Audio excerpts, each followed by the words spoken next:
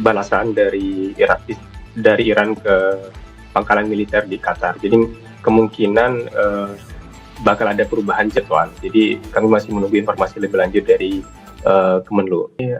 Kami sambil menunggu di hotel ya. Jadi selama dari hari Sabtu kemarin sampai hari ini kami menunggu informasi kepulangan untuk ke Indonesia. Jadi kegiatannya hanya istirahat saja. Oke, jadi sambil menunggu kemudian beristirahat dan juga bercengkrama, ngobrol, berbincang dengan warga negara Indonesia lainnya. Sudah ada informasi sampai saat ini, Mas Agil, dari pihak kedutaan begitu, kapan Mas Agil dan juga rekan-rekan lainnya akan dipulangkan ke tanah air? Sudah ada informasi, Mas Agil? Untuk gelombang selanjutnya, kami masih menunggu informasi lebih lanjut ya, karena memang kemarin kan tadi malam itu kan kondisi semakin memanas ya, apalagi di Qatar ya ada penyerangan balasan dari Iran ke pangkalan militer di Qatar. Jadi kemungkinan bakal ada perubahan jadwal. Jadi kami masih menunggu informasi lebih lanjut dari Kemenlu. Bakal ada perubahan jadwal karena memang situasinya juga masih dinamis begitu ya, masih fluktuatif. Mas Agil, di sana Anda berapa orang yang masih bertahan di sana belum bisa dipulangkan, dan bagaimana juga soal logistik, pendistribusian logistik di sana seperti makan dan juga minum di sana, termasuk juga soal pemeriksaan kesehatan? Ya, kami sekitar 50 orang masih bertahan di sini. Jadi 50-an orang masih bertahan di sini dan semua fasilitas baik makanan, tempat tinggal, semuanya disediakan oleh KBRI Baku. Jadi semuanya sudah lengkap. Oke, Mas Agil, komunikasi seperti apa dengan keluarga di tanah air? Apakah lancar? Karena kan kalau kita lihat di Iran sendiri ada pembatasan internet di sana. Bagaimana kalau di Baku, Azerbaijan?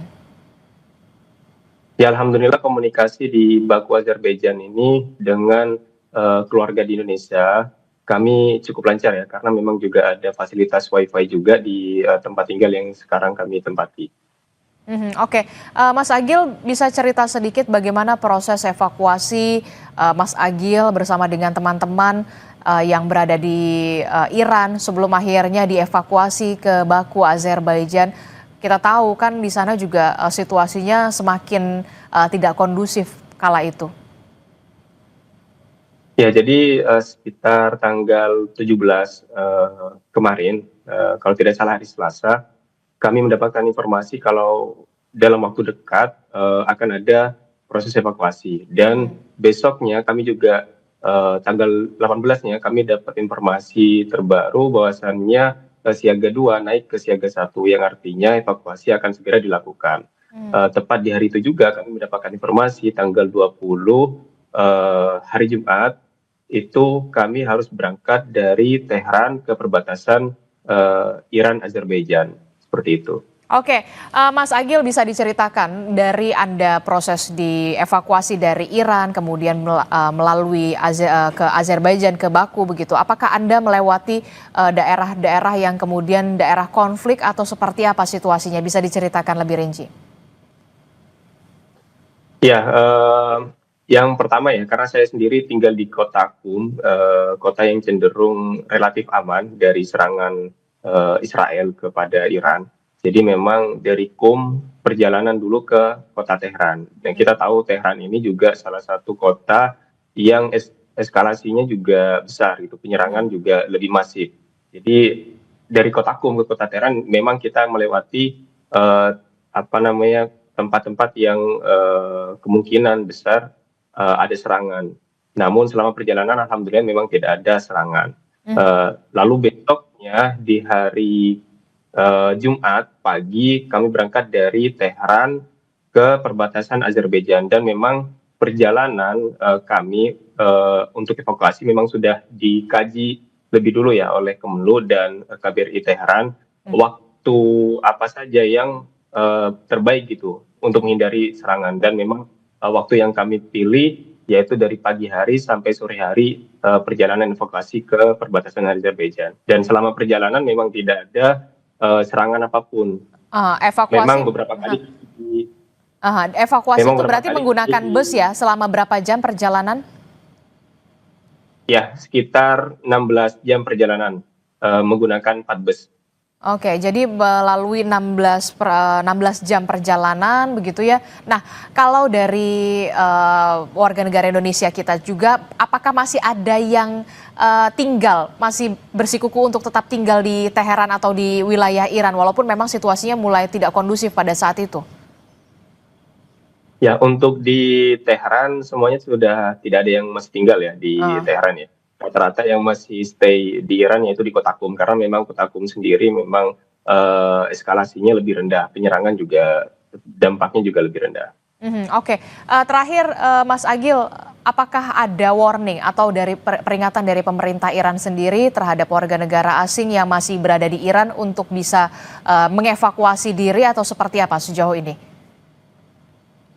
Ya, sebenarnya apa namanya warning dari pemerintah Iran itu sudah ada sejak awal eskalasi ya. Jadi awal kali penyerangan Israel ke Iran itu sudah diinformasikan oleh pemerintah Iran bahwasannya untuk warga negara asing dipersilakan untuk keluar mandiri, evakuasi mandiri dari Iran dan tidak perlu membawa surat izin karena memang sebelumnya untuk keluar masuk Iran itu memang membutuhkan surat izin.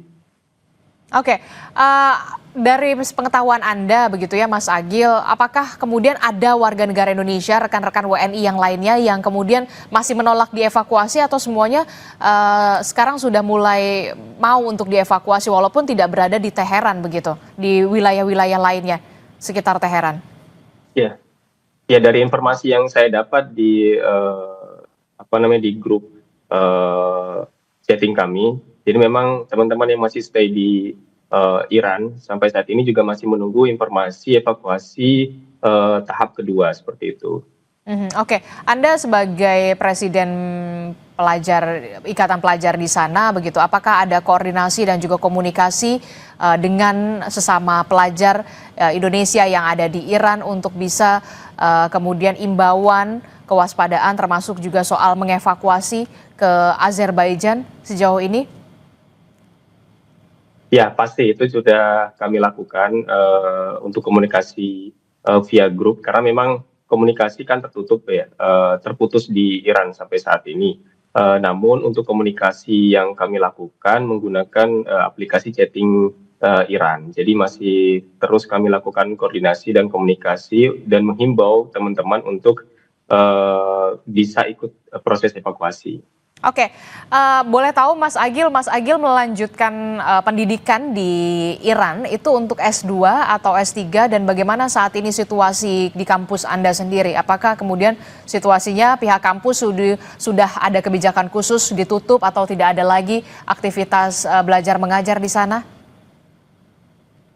Ya, saat ini saya sedang menempuh strata 2 ya, S2, Aha. dan kebijakan kampus sendiri sampai saat ini memang dipersilakan untuk teman-teman mahasiswa yang apa namanya untuk pulang evakuasi sementara dan untuk proses kegiatan belajar mengajar karena memang kebetulan bertepatan dengan libur musim panas.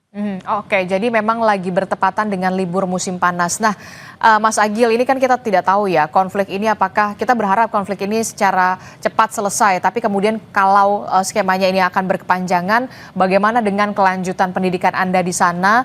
Apakah nanti Anda akan melanjutkan kembali ke Iran ketika kondisinya sudah kondusif atau kemudian seperti apa nanti rencana ke depannya?